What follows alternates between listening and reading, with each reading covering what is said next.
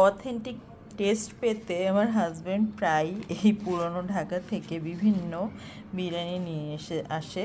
আজকে এসেছে হানিফের বিরিয়ানি নিয়ে।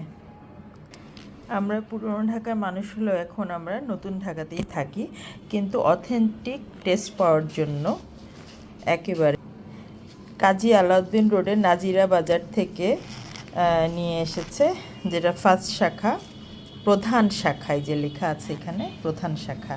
অনেকগুলো শাখাই হয়েছে, কিন্তু অথেন্টিক টেস্ট মানে এইটা এনশিওর করার জন্য এখানে যায় আমার হাজব্যান্ড। এই তো আজকে ইনশাল্লাহ এটা দিয়ে আমরা ডিনার করব।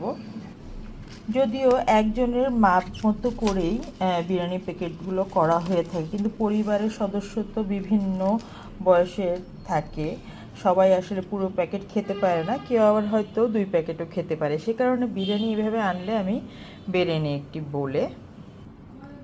এইভাবে বেড়ে নিলে যার যতটুকু লাগবে সে ততটুকু নিয়ে খেতে পারবে, নষ্ট হবে না। আমি এই পদ্ধতিটাই অবলম্বন করি। আসলে আমার এই চ্যানেলটি খোলার উদ্দেশ্য হলো ছোট ছোট টিপস যেগুলো প্রতিদিনের কাজে আমরা করে থাকি সেগুলো শেয়ার করা। আমিও আমার টিপসগুলো বলবো আর আপনারাও আপনাদের টিপসগুলো শেয়ার করবেন।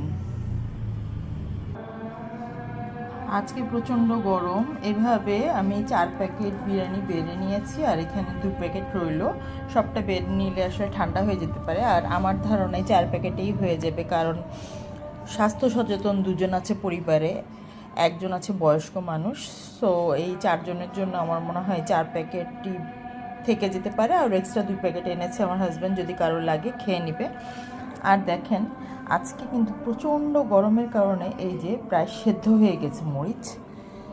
হানিফ থেকে লেবু আর কাঁচামরিচ দিয়েছে, আমি দেখি একটু সালাদের ব্যবস্থাও করব। আলহামদুলিল্লাহ, ইনশাল্লাহ নেক্সট ডে আমরা কিছু খাওয়া দাওয়া করলে আপনাদের সাথে এভাবে শেয়ার করব। আর আপনারা কিভাবে এই ধরনের বাইরের খাবারগুলো কীভাবে পরিবেশন করেন সেটাও একটু আমাদের সাথে শেয়ার করলে আমরা এই ট্রিক্সগুলো জানতে পারবো।